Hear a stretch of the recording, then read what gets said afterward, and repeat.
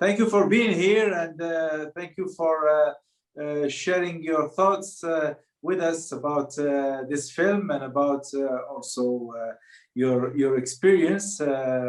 Rabat-Comedy is very proud to have your film in this year's selection, and we found it a very nice, entertaining. Maybe romantic comedy, maybe romantic, I don't know. and we'd like to hear more about it, because you guys probably have a lot to say about it. I'm interested in knowing first how this idea emerged. How did you? Where did it start, and how did it grow? Because from what I understand, the film is Austrian, but it's made in the States and New York, and so I'd like to know more about all this. Okay. So hello, good afternoon, and my name is Sandeep Kumar. I'm the director of the film, and I'm based in Vienna, Austria. Originally from India, and it's such a pleasure to be in this festival, because I must say Morocco is one of my most favorite countries. I've been there twice, and the first time I went there was 25 years back. When I was in the university college from Germany, and of course then I've been to Marrakesh, and so it's absolutely a pleasure to be a part of this festival, and moreover because it's the first comedy festival, purely comedy festival we are going to. Although our film is it's a romantic comedy, but we have been to festivals all over the globe, but this is the first romantic first comedy festival, and it's the first festival in the African continent, so it's even more pleasure to be a part of this. Thank you so much. Well, how the idea of Another Day. Well, I make feature films, and I have not made a short film for the last 10 years. And we had this story, and originally I was thinking of making a feature film with it, but having many projects up my sleeves, then I thought, why not make a short film.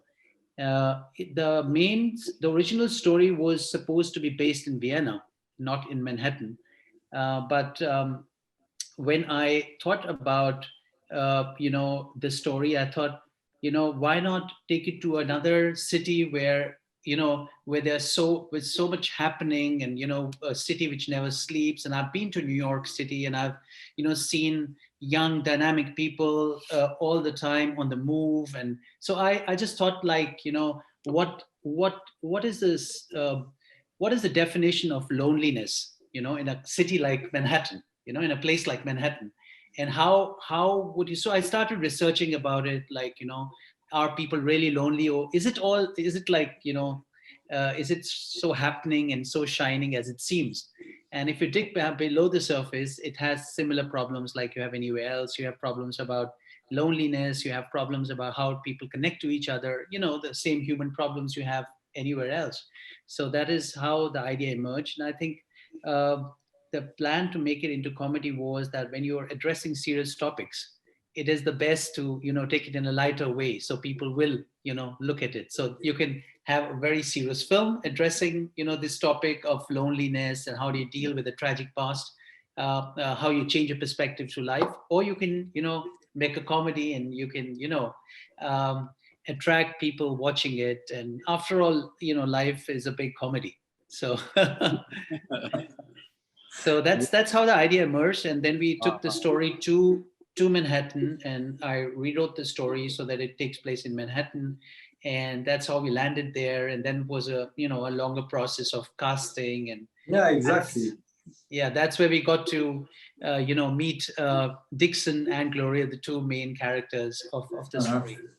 Yeah, well, tell us about that part. I mean,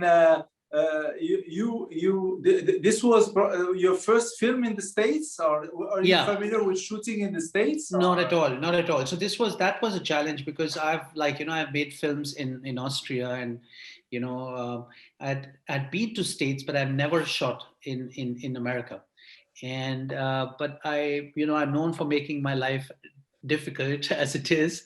And so we just, I went over there and started. The first challenge was to do the casting, then it was locations, and then it was, of course, this whole hustle and bustle of Manhattan. So I didn't want to do the usual Manhattan stuff, which you see in Hollywood films, but have a different perspective. And I thought, I would be having a different perspective because I don't live there, and I would see it through the eyes of a storyteller and not like, so that was the whole thing. And we did have challenges, and we had challenges. The biggest challenge was actually this scene which you have on the poster, them sitting on the rooftop.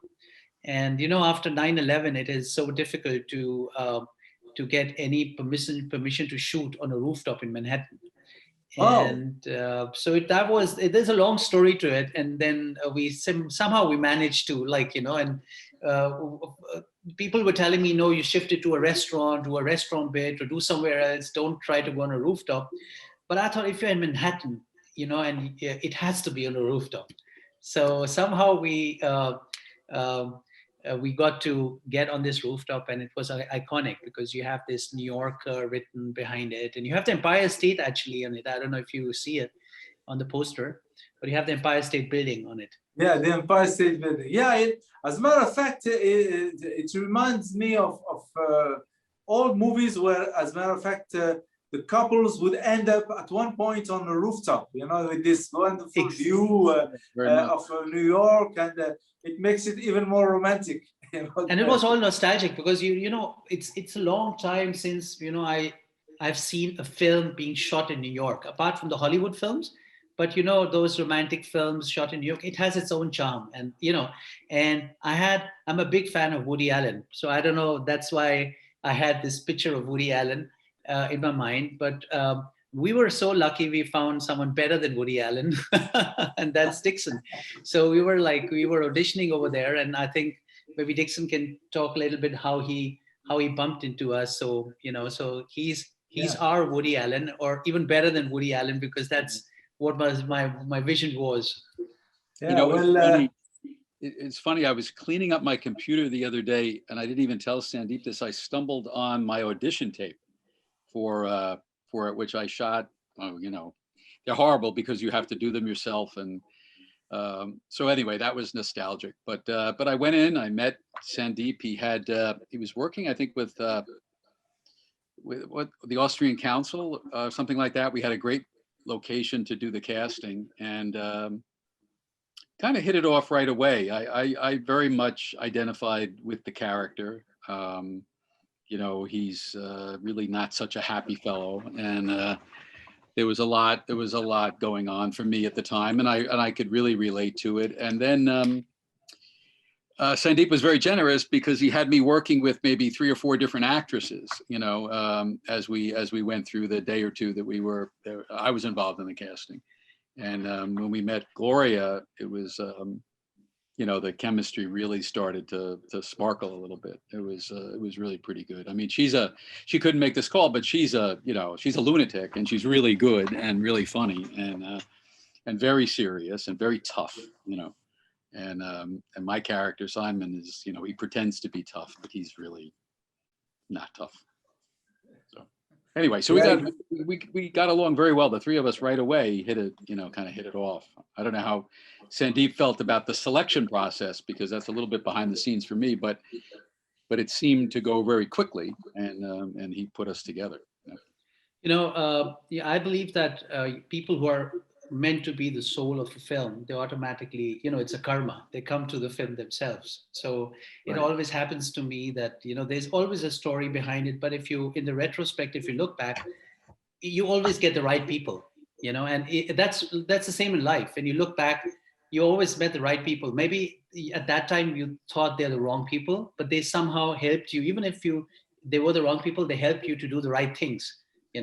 So we were very lucky. And when we met before, and then we actually shot for 4 or 5 days, but we did a lot of preparation. So we had the Austrian Cultural Forum who was backing us. So they gave us a space over there in mid of Manhattan to do the casting. And and we did I think when we were doing the trials and the workshop, um, we immediately thought that this is going to be funny. But at that time, we didn't know, like, for me, a film really starts kicking when you get the characters with flesh and blood.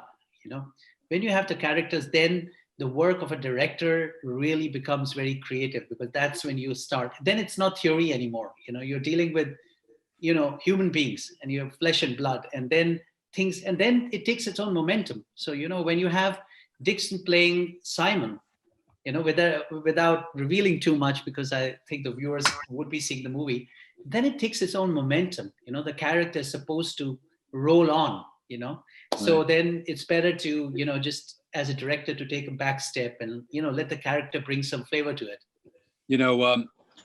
You called it a romantic comedy, and it is, but from Simon's point of view, in the existence within the world of the movie, there wasn't much funny going on for him. He was having a tough time pretty much the whole thing. So he got some moments of enjoyment, but even those he found it difficult to enjoy. So it's interesting that the perspective of the film is, like Sandeep said at the beginning, it's how people are, and it's very truthful and it's very honest. But poor Simon has he has a hard time with all of that. So Simon is, as we call it, actively passive. So he was actively passive. The film. Well, we could sense this deep conflict inside him, because one and it's we relate to that.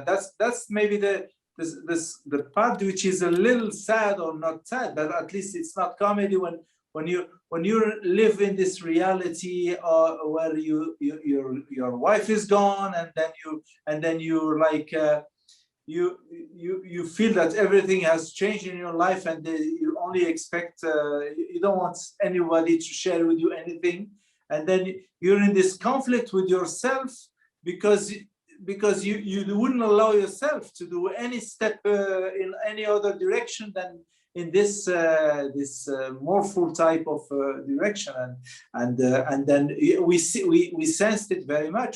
We sensed that the loneliness of this man who's angry, bitter, but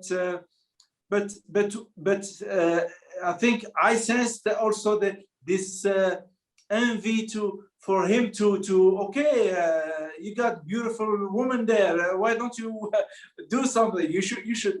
And everybody, I think everyone who will watch the film will be encouraging Simon to go for it. It's so, it's we could because use the help. yeah. Go ahead. Certainly. I mean, because I come originally from a different culture, from India, and I've lived half my life in Europe. So, a lot of things are still taboo in certain societies. When you pass a certain age, you're not supposed to do certain things.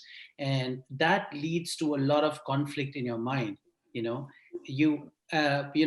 As long as you're alive, you have dreams, you have expectations, you have the passion going on, but there's so many taboos. So that's why it's I wanted to get the scenes which are there, which you don't see normally in the beginning, which the kind of situation Simon gets into, or is brought into. That really fascinated me. That's my most favorite thing, because it really shows how a single day can really change your life, and change your outlook, perspective towards life. Right. yeah, Well, I think Simon has a very difficult time trusting people, and if you talk about the beginning of the movie, his son betrayed him. Right at the beginning, he's like screwed. So he's off, doesn't know what to do. Yeah. yeah, And there are different layers to it. I mean, if you see that scene, where they all meet, without revealing too much, where they all meet, so you mean the dating speed dating the dating scene? scene. If you see the Yeah. dating scene, there are there's some layers to it. You can see that even the other daters, they are also having their own, luggage. They're carrying their own luggage. It's not just Absolutely. Simon. So it's a story of Simon and Gudrun, but if you look at others, they're also carrying their luggage. So we all are, right? Who's Right. happy, right? Who's happy? But of course, Simon is like, as I said, actively passive. So it's very difficult for a person like everybody who goes to for this kind of a speed dating session. It's very difficult if you come across a passive partner. Right. Yeah. But as I think the arch is very nicely set, so that we see the transformation of Simon over a day, and that's maybe it's a miracle that can only happen in New York. I don't know, but it is a miracle, believable miracle, because we see how this woman was able to let him open up, and because she's so different, she's so lively, she's so straightforward, and she and that was a very nice. I think to me, and probably this is the way you saw it, maybe the complementary type of personalities between the two of them. Absolutely. I mean, there are two worlds meeting. It can, as you said, a day can make so much of difference. It can take, a lifetime to set up your mindset, but just a moment or, a couple of moments can change it. Right. That is the beauty of being human. And when two worlds meet, like these are two worlds, which we have shown through the male character and the female character. It's like two worlds.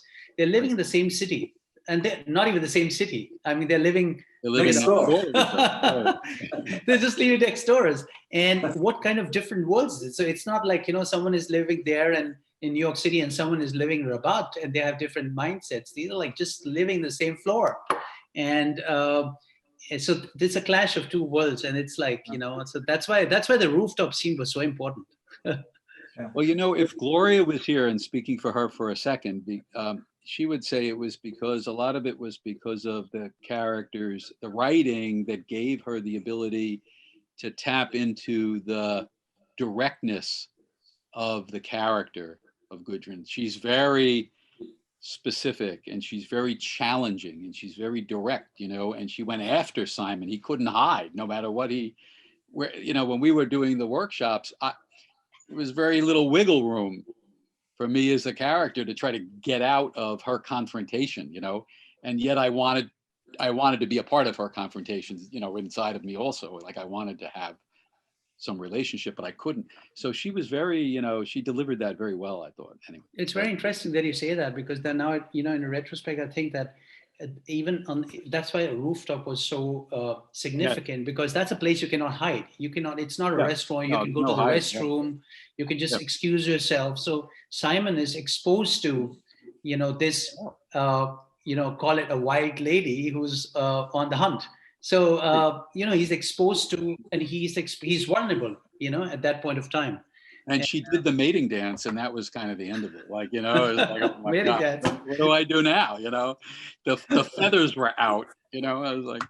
They were like two teenagers. I mean, you'll see I believe strongly that human beings don't age. It's just the body, right? So they were just like, from inside, you're always the same, whether you're 10 years old or 80. So if you see that scene and you replace them with teenagers, you could make it even, as believable, right? Right. I don't think you age, but I think you crust over, and you got to crack that crust. And she was she was good at that. She had a lot of hope. But to me is also the greatest way to me to show love is when you show this complementary, like fit for each other. When everything that I'm lacking, I find it in this person in front of me, and then I just fall for it, because it's even though you thought at one point that you couldn't fall in love with anyone, you see it, you're there, and then it changes everything, all your views for 20 years, last year. Just like boom. I was wrong all the way. Right. Well, that's the hard part to admit, I think, to swallow that fact that maybe you were wrong, like, oh, then what happens? Because then you have to commit, and it's like it's a good struggle, you know. Maybe this is like, I think this is also a story. It's unfortunate that it's an online event because of the pandemic, but normally you have it in Rabat, right? It's a Yes, in physical event. Rabat, and a normal setting for a festival. Wow, that's so wonderful. But next year we'll have it normal. Yeah, And because I hopefully- think in such a film, it's very interesting to see the reactions of the audience and what the immediate reaction is. And there was like when we were having the physical, we had two festivals before Corona came. Like we had a world premiere in Jan 2020, then we had another festival, and people were discussing about the ending.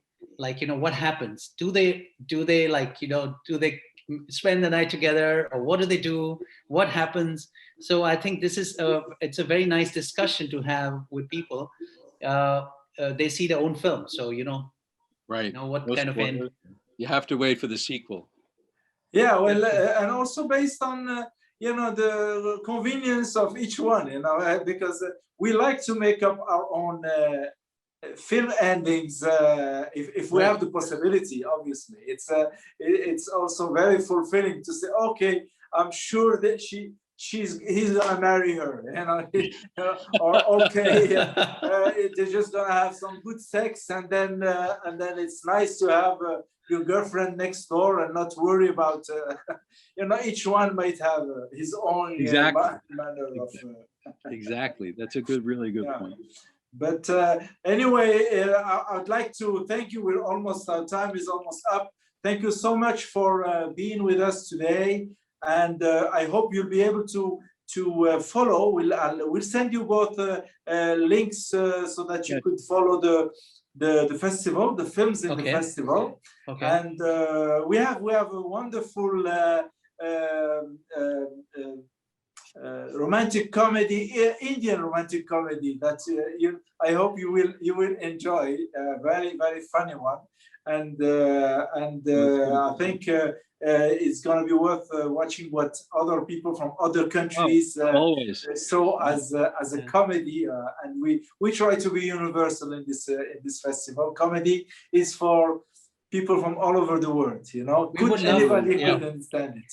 I'm very much looking forward to watching those. That's really fantastic. Yeah, we would really love to, if you could send us the link, we would love to. And it's such a great privilege to be part of this comedy festival, because I think, if you can laugh and talk about serious issues, then this world can be a much better place to be in. Right. So, and what are the dates of the festival, by the way? Well, we're putting the films on VOD, and between the 12th and the 16th, the 12th and the 26th. So we have like 12 days or 14 days to watch peacefully. We have 7 feature and 24 shorts. Okay. Oh, that's good.